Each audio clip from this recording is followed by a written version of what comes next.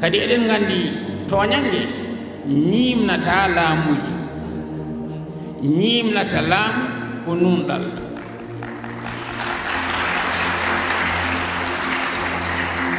so nunɗal ene woodi moni fof heɓi haqqe muɗum, kadi ko ɗum Allah yamiri, sabu Allah ko kañum woni hoore muɗum. inna allaha ya'muru bil adli wal ihsan, Allah ko kañum yamiri yo yimɓe nunɗu. Allah kadi yamiri yimɓe ɓe yo ɓe mballondir e moƴƴere e kulol Allah. so tawi nunɗal waɗi tan yimɓe peewat, so nunɗal waɗani noon yimɓe mbawata fewde. kadi nunɗata koko woni dow ko, jippo e yimɓe lesɓe kamen fof tina nunɗal ene woodi wona gooto.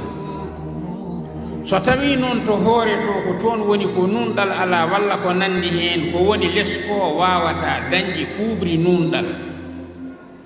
kuubri nunɗal iwata ko dow.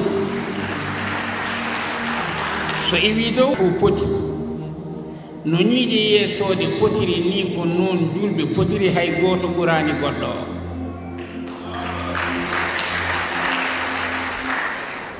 kadi julɓe hay gooto ɓurani goɗɗo o. annabi sallah sallam ane haali wonde arabe ala ɓural e dow mo wona arabe, boɗejo ala ɓural e dow ɓaleejo.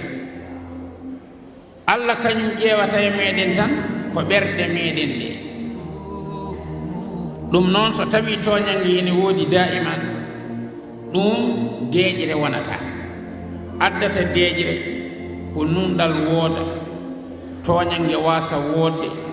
so toñange woni itte ɗon e ɗon, yimɓe tinna ko mbi ko muslimuna ko, sabu so tawi tan ko en muslimuna haqiqatan goneten ko ɓandu woturu. so gooto e meɗen muusama hunde keddiɗo o muuse nden ɗon hunde,